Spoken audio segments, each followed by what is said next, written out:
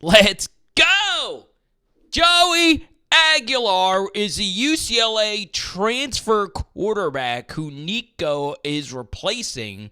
Now there is interest that Tennessee will go get Aguilar, who, while at UCLA, has not played a single down because last year he played at Appalachian State. As you can see, he's under heavy pressure, and this should have been a pick six for his very first throw of the game.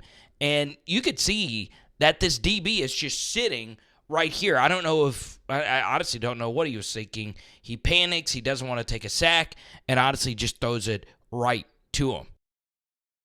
Now, a few plays later on 3rd and 12, guess what? They run the exact same play, but this time it works. Okay, this DB is so far off this wide receiver. Aguilar throwing with some anticipation. You do love to see this. He gets good protection right up the gut, so he throws it quickly, and because he throws it so quickly, he gives his guy a chance to make a play after the catch. So two who drops an interception earlier misses a tackle that would have likely forced a punt. So as many of you know, play action RPO game is a big part of what Tennessee likes to do, and Tennessee actually does run a variation of this play quite a bit. A split zone action, play action, RPO read. You're seeing if the safety is flying into the box. He very clearly is. And Aguilar gets into a really good throwing position and throws this in-breaker right on the number to 2. Okay? He just drops it. And this is obviously another big piece of what Tennessee likes to do, which is the comeback route game. So you can see that this blitz pickup actually is really good.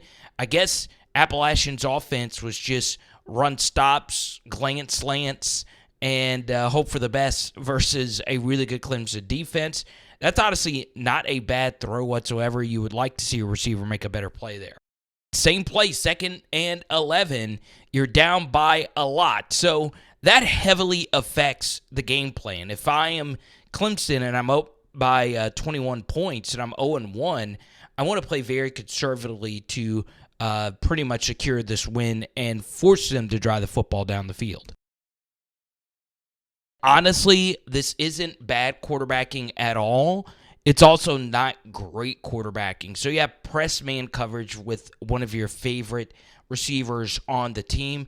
And if I am down by 28, I know I need chunk plays to get back into the game. So even though he does read this leverage advantage versus his backer really well, you should be throwing this pretty often on most standard downs. I would like to work this press coverage matchup over here. And he did have somewhat of a step. So once again, this is not bad quarterbacking. When Missouri beat Tennessee really badly, they ran this play nonstop a few years ago, okay? So you start off looking to the left, and it's actually a rollout to the right. This is very intricate stuff. So zone blocking to the left, making these linebackers think it's going to be a run to the left, but you're actually rolling this thing out to the right, okay? Now, by doing that, guess what? You get one-on-ones across the way. This guy right here, this guy right here, and this receiver running a deep corner right here versus this DB, and he gets a leverage advantage. So this is a really good throw, but a better play call, and this could have been thrown earlier. As you can see, Aguilar waits till it's wide open, but he does end up throwing a good ball right here to get this drive going. Hits him right in the number. So not a bad throw. Once again, it could be a half second earlier, but still good stuff. One thing you do worry about when you're going to get a quarterback who's played mostly lower level football is the lack of athleticism, right? So you get a play action fake here that once again draws a lot of guys into the box. And guess what? If you saw this close-up angle of this throw, you would think, oh, crap, this play-action fake actually worked. We have a step, and look at where this ball actually ends up. Ugh, it dies, okay? Really bad miss in an area where you really got to hit that one. All right, 3rd and 6, and you get a really good man coverage beater. You're running mesh. But he actually doesn't work the mesh. He works the slant at the top of the screen here. He has a really good pocket to sort this out. And once again, the receiver is wide open for a walk-in touchdown. I say walk-in. He had to make the safety miss. Who is number 15? My goodness gracious. He's showing you some wiggle here, and he's able to score. 3rd and 7. You could see that Clemson is in an exotic look. They have had issues, obviously, protecting this defensive line. But just based on where the safety is aligned, you want to work the one-on-one here. And Aguilar sees that the corner is guarding this pretty well, so you want to back shoulder this ball. And look at where it's placed. Bang. Perfect location. Very weird rep here. This looked like this was open over the top. It also looks like there was a few open receivers, so it's a little rollout to the right. You could throw this to the tight end if you hit him right in the chest. Maybe he does score. But he decides to work this matchup to his favorite target, and he decides to back shoulder this when he did have a step on the DB. It still hits him right in the chest, but he drops it. So, should Josh Heupel make this move for Aguilar? Focused in on that Power 4 matchup versus Clemson. And as you can see, that was a very negative game script where the game was basically over before it started. So it's not the absolute best game to evaluate. So we do go to this Coastal Carolina game, and you see on these next two plays a zone read pull, and then on the next play you see a scramble, both of which do help out quite a bit in the Josh Heupel Tennessee offense. That's a part of it. So he does give you something as a runner. But overall, I don't think he is an SEC caliber starter, but I do believe he would be the best option for this team right now if you would indeed make this trade. So once again, you see it in the backdrop. The little tight end slip right there isn't open, so he takes these yards when the contained defender lost his responsibility. That's something Nico at times had some really good runs last year for the Volunteers. So one thing, he did have 24 interceptions over the past couple of seasons.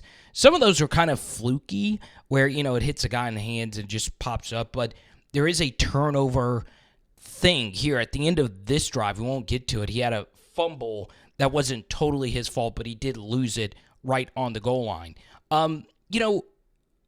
I do like the fact he doesn't take a lot of sacks. Appalachian was top 30 in all of college football when it comes to sacks taken last year. So that is normally a sign of really good quarterback play when an Appalachian offensive line had their issues in protection. Now, overall, when it comes to these finesse kind of throws, you do see some really, really, really good throws. I mean, this was as perfectly placed a ball you will ever seen thrown. It really was that good. So, yes, I do think he is serviceable at this point.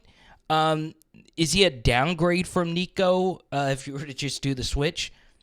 Maybe so. But if you factor in price and what you would have to pay Aguilar, and by the way, it's pretty bold to do that just right in front of the cheerleaders. What do you think is going to happen? I think those cheerleaders are like, hey, number 15, add me on IG. But either way, in the background, you will see the actual turnover play. It was open, but, he was getting hit right when he threw it. I don't know. I'm kind of on the fence about this, but if it is the best option, sure, go for it. It would make for a fancy storyline. So you see right here, he's turning right into it. He sees a tight end open, ball slips out, and it should have been a scoop and score going the other way. So you do have some of these disaster plays on his tape. Doesn't lack the high-end arm strength, as you guys saw today as well, which obviously Nico possesses. So, you might have overthrows with Nico and a lot of underthrows with Aguilar. You guys let me know what you guys think about him down below, and we'll talk to you soon. It is Power Hour SEC. Boom! Tonight, we are doing burgers.